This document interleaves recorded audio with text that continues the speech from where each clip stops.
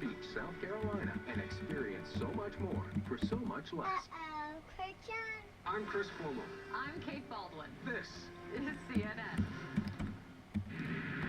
He or she is the most important person in the world when it comes to your money.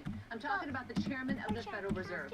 Ben Bernanke's second term wraps up at the end of January. So who will President Obama pick to replace him? Maggie Lake breaks down the big name battle.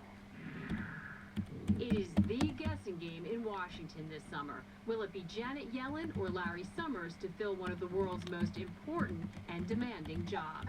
The battle on both sides to influence the White House on the next Federal Reserve chairman has been intense and highly unusual. In the old days, if you campaigned for it or if people on your behalf campaigned for it, it looked bad.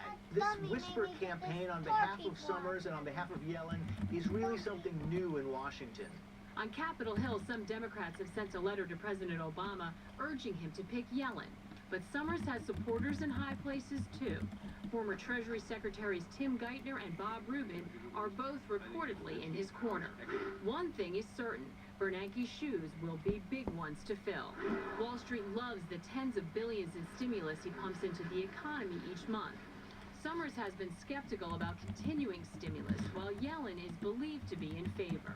Yellen would be seen as complete continuity with Bernanke.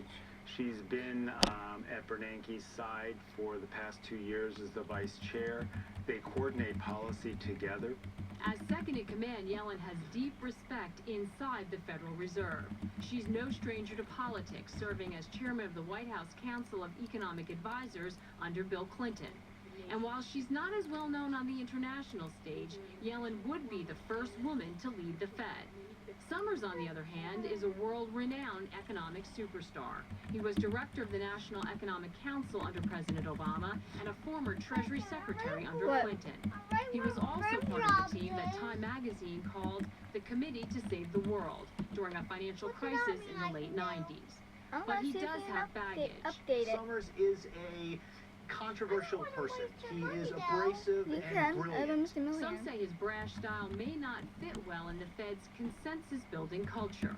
He's also faulted for supporting financial deregulation, which many economists feel helped trigger the most recent financial crisis. The debate over Yellen and Summers is crucial to the financial markets, but it could last a while. President Obama is not expected to announce his choice for the Fed until the fall. Maggie Lake, CNN, New York. And the president has made it clear to Democratic lawmakers that he hasn't decided who will replace Ben Bernanke just yet. He had separate closed-door meetings with House and Senate Democrats on Wednesday. He defended Larry Summers as a possible pick. He also mentioned a third name he's considering for the position, Donald Cohn.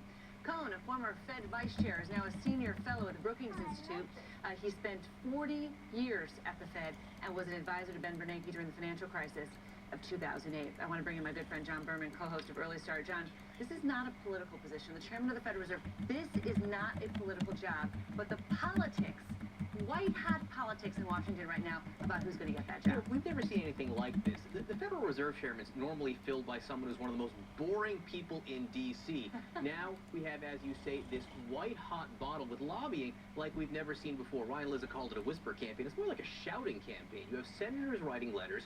You have editorial boards weighing in months before a decision will be made. And now, most remarkably, you have the president out loud in front of members of Congress defending someone that he hasn't even picked yet. It is really staggering here. And until now, it's really been a one-sided debate with critics of Larry Summers and supporters of Janet Yellen, them being the most loud and vociferous, because most of Larry Summers supporters are White House insiders who don't talk to the press very much. Part of this whisper campaign or shouting campaign, now you're hearing people talking about the gender, and then also the gender of Larry Summers. There was actually this whisper about how don't count out Larry Summers just because he's a man.